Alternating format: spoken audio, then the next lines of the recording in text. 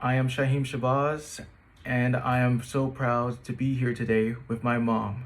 Oh, okay, it's me. So what we're doing is being that we have been home during this time.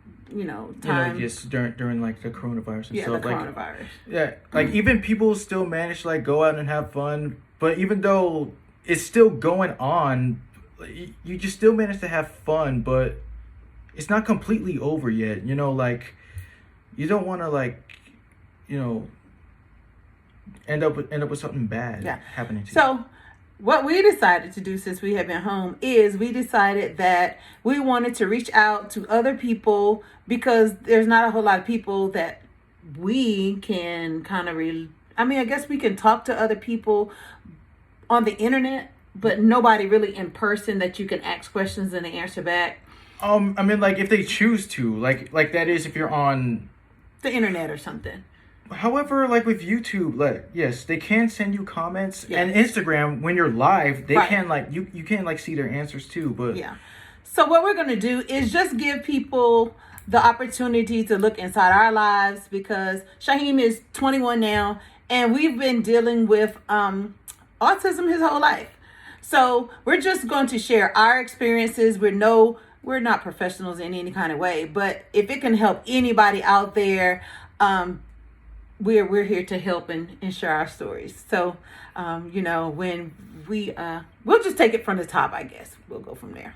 yeah, like going like all the way chronologically and stuff. That's Yeah. kind of like a really awesome thing to do because it's almost like a documentary, don't you think? I think it is. So we'll start from there. So, so when Shaheem had a, normal birth, whatever the case may be, but we'll go right up to the times, I guess, when I personally started thinking that it might be something a little bit different. So I'll start off by letting you know that autism, it is a spectrum disorder, first of all. Yes, and it just like it kind of makes you feel a little bit much more different than any other kid or person, whatever the case may be. But it does make you feel unique. Like there are kids or people who just, they have autism where they're like completely, like all over the place and like live in their own fantasy world. Well, And there are also other people who just, seem normal and they do have it, but right. they just don't let it affect that. Right. So that's where the spectrum comes into play because there's so many different aspects of having autism. That's why they say it's a spectrum disorder because there's so many different characteristics, I guess you should say, or can say, or like yes, characteristics and signs and signs and symptoms, right? So Shaheem falls on the spectrum of having Asperger's, which means he's very high functioning, but he kind of lacks the social. It says like the comprehension and social skills. Things like that. Well, like I'm trying to like pick up on that. Well, that's what they say is the diagnosis. Like when they say Asperger's, it says high functioning. So that's why I say it's different levels. You know what I mean? Yes. Okay. So proceeding. And to be and a warning there, like some of these might be a little bit cringeworthy for me to experience because like even though it did happen, like it's just it's like one of those things where you feel like you just don't want to talk about, but you gotta let it out. Well, you gotta talk about it so that other people can know that they're not by themselves, right? And that's another reason why we're on here, so that other people don't feel like they're by themselves and they can just open up and talk about any situation that might be bothering them, or just basically know that other people have experienced it also. So we can go back to so the first signs that I thought that it might be something a little wrong was because Shaheem would repeat the same thing like over and over and over and over and over again. Yes. Do you remember that? Well, I don't like repeating the same thing. Like remember you used to say sorry? Like you used to say sorry like at least like 40 to 50 times a day. What? Yes. It was like, sorry, Mom. Mom, I'm sorry. Mom, and then I used to have to tell you, Shaheem, we're going to treat it like a piece of paper. You just ball it up and you throw it away, remember? I do remember that. Yes. So that was one of his things where he would be very repetitive and repeat things over and over and over and over and over again. And that was kind of like, that was before you started school. That was like before kindergarten. I was an at-home mom, so I had him and my daughter, and they're 2 years apart. And another thing that I kind of suspected was Shaheem would recite the whole series or the whole episode of SpongeBob. Like SpongeBob was his thing. It used to be, but now it's not anymore. Yeah. Yeah, SpongeBob was his thing, and he could recite the entire episode. Like just watching it, and then he would make the voices, or sometimes he would just. Oh, that was like that was kind of like wrong. I wasn't like I wasn't into voiceover yet. Not voiceovers yet, but you would just repeat what you've heard. Yes. Yes. And so, and then remember you used to laugh by yourself. Like nothing would be happening. Nothing funny would be happening. But then Shaheem would just bust out laughing. Like inappropriate times, he would just laugh because it's something that you would remember in your head from seeing. And then you would just start laughing like randomly. I mean, like it was just so funny to me during the time. That's what it was. Yeah. So that was another thing, and then some other things was it affected the way he eats, like simple things as far as like mashed potatoes or bananas. Like at one point, he almost choked on trying to eat the banana because of the mushiness of it. It's like he couldn't swallow it, but he couldn't get it to come back up. So it was just kind of like one of those. Check it out. Like some people are like commenting. Are they? Okay. So we're gonna move this over a little bit so that we can see. Okay. So anyway, back to what we were saying. Hi everybody out there, and yes, hey Blitz and Doc. Like I hope you're enjoying this. Like it is kind of like a live action documentary like in the works, you know. Yeah. So we'll keep going with this because we don't want to be in here long, but so those were little things. And then him and my daughter he used to put a tube sock like in my daughter's shorts and used to make her run around, and he would pretend like he was Tom and then she was Jerry, and then he used to chase her around the house. It wasn't like that was a sign that he had autism, but it was just so repetitive. Again, repetitiveness was one of his things. And usually people who have autism, they have like something that they are really, really passionate about. And his passion had always been like animation and characters. It's something about it. And yeah, like when you put it like that, it's just like, it's different. Like, during that time, I was just like ridiculously obsessed with cartoons, like to the point that would get me into trouble. Yes. So you went from like SpongeBob to Sonic, or was it backwards? No. It's not backwards. Like it went from, yes. I mean, like what you said about me and Layla. Yes, it was Tom and Jerry. It was Tom and Jerry to SpongeBob to like anything until like. And then remember, you was like into Spider-Man. Yes, I was really heavy into Spider-Man. Yes, I was. Yes, you were. Like I even like like when I was real younger, I used to like crawl like Spider-Man. Like yes. Matter of fact, remember when he was a baby, he went straight from. Well, first of all, he never crawled, ever. Like not normal crawl. He went from like walking on all fours, like hands and toes. On all fours to walking. Like he never let his knees touch the ground. I don't know. It was just the oddest thing ever. So it was almost like he was walking around like Spider-Man. Yeah, I mean, like, I'm really sorry, like, everybody. It wasn't sorry. No, not sorry. Just, like, the cringe stuff, the cringe part. Oh, it's like, ugh, don't talk about that part of my life. Yes. Yeah. Okay, so we was moving on from there. He stayed home with me most of the time. And then when he got ready to start school, I just wanted to make sure that he was good. You know, he stayed home with me all the time. So I was like, okay, I want to make sure he's learning everything he's supposed to learn so he's ready to jumpstart and get right into kindergarten. So I remember when, you remember when you first got tested and they went in there and you was making voices And then the lady came out and she said, ma'am, I think something's wrong with his voice because he's in there making this weird noise in there. For some reason, the lady that was doing the test before he entered kindergarten, she thought something was wrong with his voice, like his voice box. But Shaheem was in there reciting, like if she asked him a question, instead of him answering in his voice, he would answer like in the cartoon voice. I did? You did. And then the lady thought that something was wrong with your speech. And she thought that maybe we should have him sing by like a speech therapy or something like that. But at that time, it was nothing wrong with his voice. It was just that he was so into cartoons that he would talk like the character. Yeah, yes. So that was another thing. But, you know, he entered kindergarten and everything was great. Actually, Shaheem was like one of the smartest kids. It was like a group of 8 of them. He was like one of the smartest kids in kindergarten, to where they had them sitting at a table by themselves because they got bored really quickly and got done with their work really quickly. So kindergarten really wasn't an issue. I don't think it was a problem. Wait, with kindergarten, like... Do you remember or no? Actually, yes. There's a lot of different things I remember from kindergarten. What do you remember from kindergarten? I mean, like, yes, I remember...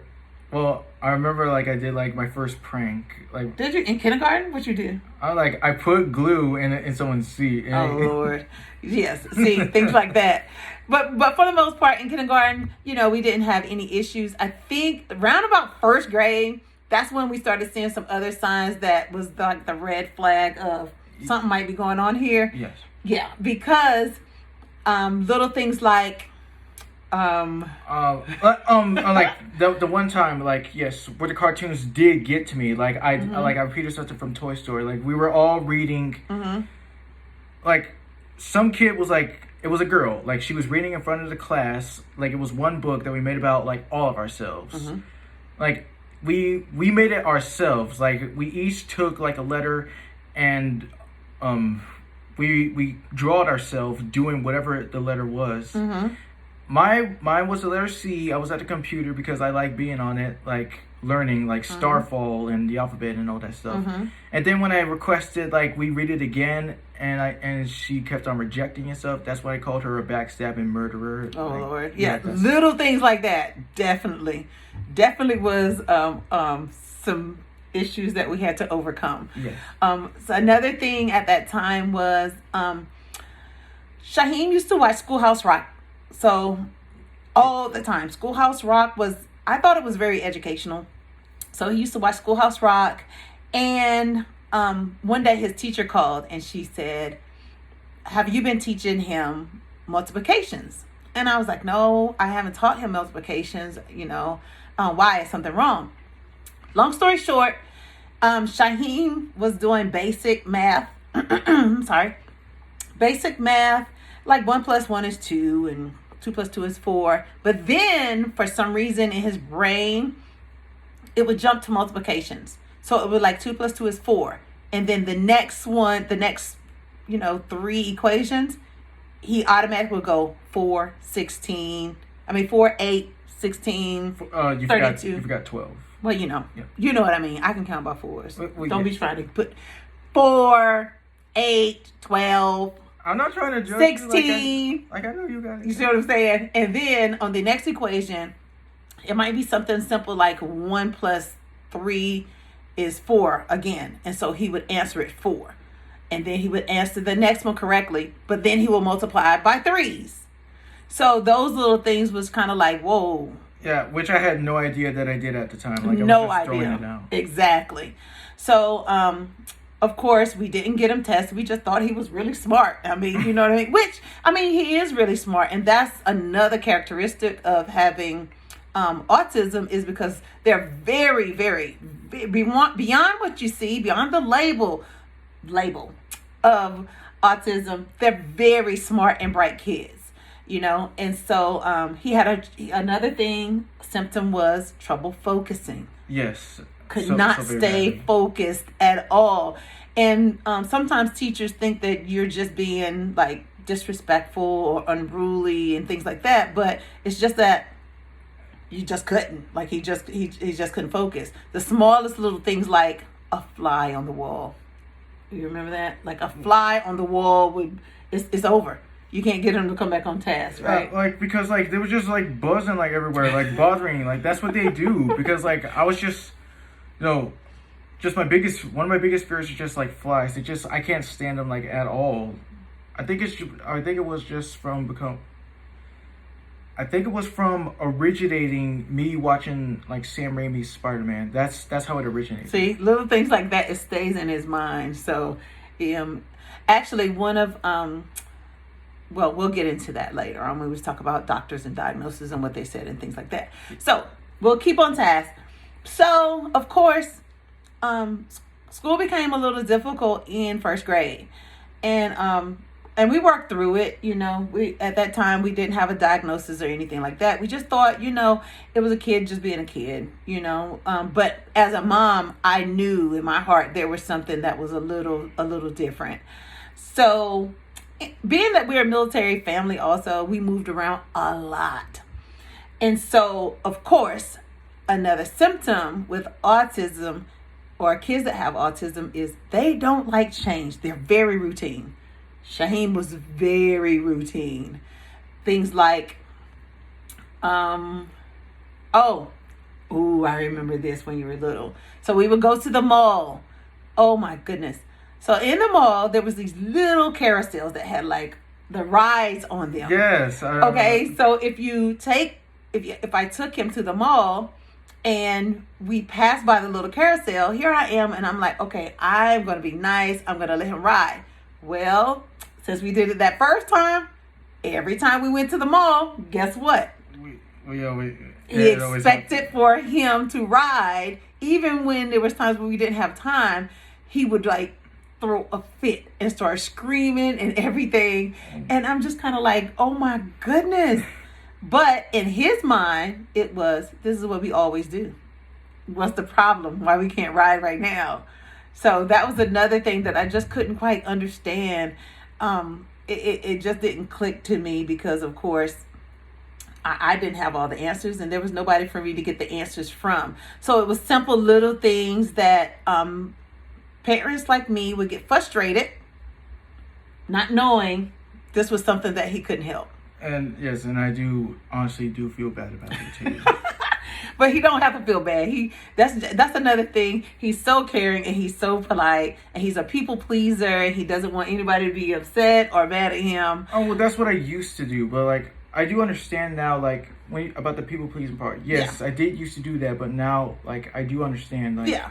You and Dad are both already proud of me. I don't need to go like any further. Yeah. Because but of course, we're speaking on terms of he's being 21 now. But yes, like we'll get into that later. Yeah, we'll get into that later. Yeah. So right now, okay, so we stopped at being that we're a military family, moved around and things. So when he was in kindergarten or first grade, we were in Tennessee.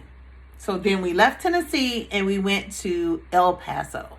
Now, when we got to El Paso, that's when Shaheem was in the second grade. And like there were more and more and more symptoms that just showed up because Shaheem could not focus for nothing. Or control it, yes. Yes, and control it. And he was kind of rude to the other kids. He wouldn't share things. He would not just follow basic instructions, like following in the line. If somebody got too close in the line, or things like he takes things very literally. So that was another thing, very literally. If you tell the kids everybody has to go up the ladder this way and slide down the slide, right? So if when you get on the slide on the playground, you go up and then you slide down. Well, if you got a kid in front of you who's trying to climb up the wrong way, he's gonna freak out, because that's just not the way it's supposed to be done. And I remember that was an incident also that so it was just little things that were small to the other kids was like huge to Shaheem. So it was kind of like things was just blown out of proportion. Simple things like your shoes untied. Okay, you got a line of kids and your shoe becomes untied. Well, you can't stop the entire line to tie your shoe. So because you couldn't stop the line and tie the shoe, he wouldn't walk any further. Like a full blown.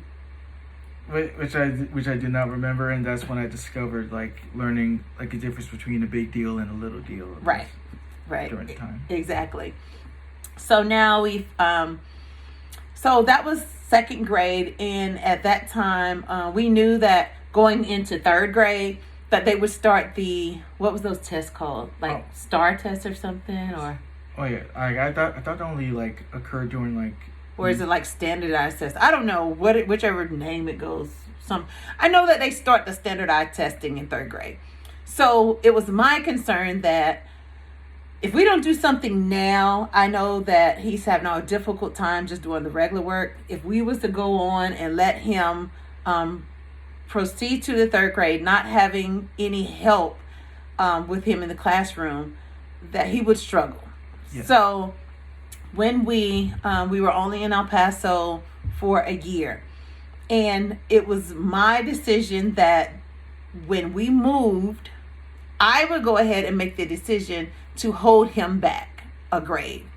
Not only because of his autism, but of course, I just didn't feel that he was ready on that level yet. Oh, wait, so wait. So remember, so you was in second grade, and then you had to repeat the second grade. But about the held back part, like that's what you mean. You decided, and like I thought only the school does that. So what happened was, he's right. So what happened was, according to the school records, when he was in second grade, he passed. He met every expectation. He did everything that they expected, although he still had autism. But I felt like it's going to get harder in third grade, and we need some help before we get into that testing part. So I told the teacher, I know that he has passed, but I don't feel comfortable letting him go forward until we get some help. So yeah, I held you back. And it was another good thing because being that we were only in El Paso for a year, I knew that we were going to another school and nobody would know if he got held back or not anyway. Like no kids was going to be able to tease him and be like, hey, you was in second grade with us last year. Why aren't you in third grade with us this year? We're in a whole nother school. So nobody knows. So we moved. Yep. And so then we moved and we went to Colorado. Wait. Yes, we went to Colorado, and that's where I attended Rudy Elementary. That's when that's when things started to change a little bit. Well, yeah. So once we got to Rudy Elementary, there were things that I just knew, let me go ahead and get him. It wasn't third grade because, of course, he had to repeat the second grade. So he was supposed to be in third, but we held him back to second. And at that time, it allowed me to go ahead and get him tested by a real doctor to let me know what was going on. Now, although I saw everything and Shaheen was experiencing different things that was going on, the first doctor we took him to said all he had was like anxiety. You know, like he was fidgety, he couldn't function, he just had a little anxiety. And I knew that there was something else going on because, of course, I'm with him all the time. So I decided to get a second opinion. And upon that second opinion, they took him to a child psychologist. Yes. And so then he had to go and meet with this child psychologist, like, I think it was like twice a week or something like that. I think it was like, yeah. Like, isn't? Do you remember what happened in those meetings? Yes, what happened in those meetings is kind of like he was just telling me like all the things that were about me and like testing me through things like matching and not a match and all that stuff and cards like memorization and stuff. I think it was just testing me like doing that stuff, like what I'm capable of, like from that point. Yeah. So he went through a series of tests, and from that test he got the diagnosis finally that he had Asperger's, which is on that spectrum. That's what we talked about from the beginning. So like we said, there's different categories where people would fall on the spectrum, but Shaheen fell on the end of it, which was diagnosed him having Asperger's, high functioning, but he's lacking some of the other skills that the kids have for his age and things like that. So, you know, we dealt with it, and of course it was hard at times. It was really hard. It was hard for me as a parent to make those decisions to hold my child back. It was hard for my husband to accept it because of course nobody wants to hear that something's wrong. Although your eyes are seeing that something's wrong, you just don't want to accept it because it's your baby. Like you don't want something to... and like nobody deserves that. Like nobody. Well, it's not deserve it, but we were just worried about him getting teased or bullied or being treated differently, and that's something that we never wanted. But thankfully, once we get into all Salyards or like yeah, that's so when, that's when like things. It was Salyards when like things almost started to change. Yeah. So when we made our next move, which we'll address those things in our next video, we're going to stop things right here at second grade, I guess. You said third grade. Well, it's second. Remember, you're really supposed to be in the third, but we got held back, so it's second. Yeah. Remember? Yes. Okay. So once we got into excuse me. Yes, Rattles says yes. This is my mom. Hi. So, so on our next video, we don't want to make things too long, but on our next video, we'll jump into and we'll pick things up from our next move, which we moved again, and this time we moved to Texas. And once we got to Texas and we got the help that we needed and we got the resources and the IEPs and things like that, which we'll discuss in our next video, things was just so much smoother. Yes. And I'm glad to like change it that way too. Absolutely. So again, my name is Antoinette and I'm his mom, and this is... Yes, I am Shaheem Shabazz. Yes. And so we're just here to talk about autism beyond the label. We just want to reach out and talk to other people and let them know that this is Autism Awareness Month. And it's not just this month. For us, it's like a lifelong thing that goes on. I know we appreciate those that celebrate with us, but we just want to be a vessel that we can give information and experiences that we have dealt with. Yes, to help other people. It's good that we have celebrities and those people who shine the light on autism and Asperger's, and but we want to be the person that we reach out and we're able to communicate with you directly and answer any questions that you might have to ease some of those fears. We won't have all the answers because we don't have all the answers. I mean, like even though I mostly like remember or I can like try to just give advice and stuff. Yeah, like, he's got an amazing memory, so he'll be remembering most of the stuff. But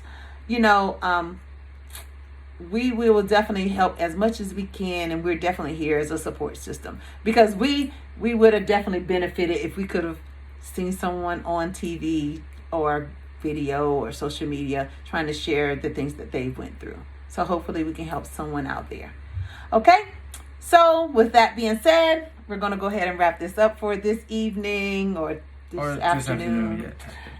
That's another thing we'll get into. He's like, I used to call him Inspector Corrector. We'll get into that later. So for today, we're going to go ahead and say goodbye. And we hope that you tune in next time. We'll see you at the same place, same time. Make sure that you ask any questions and we'll be sure to answer them. Okay? Yes. Talk to you later. Yes. Bye. Bye, everybody, and thank you for your time.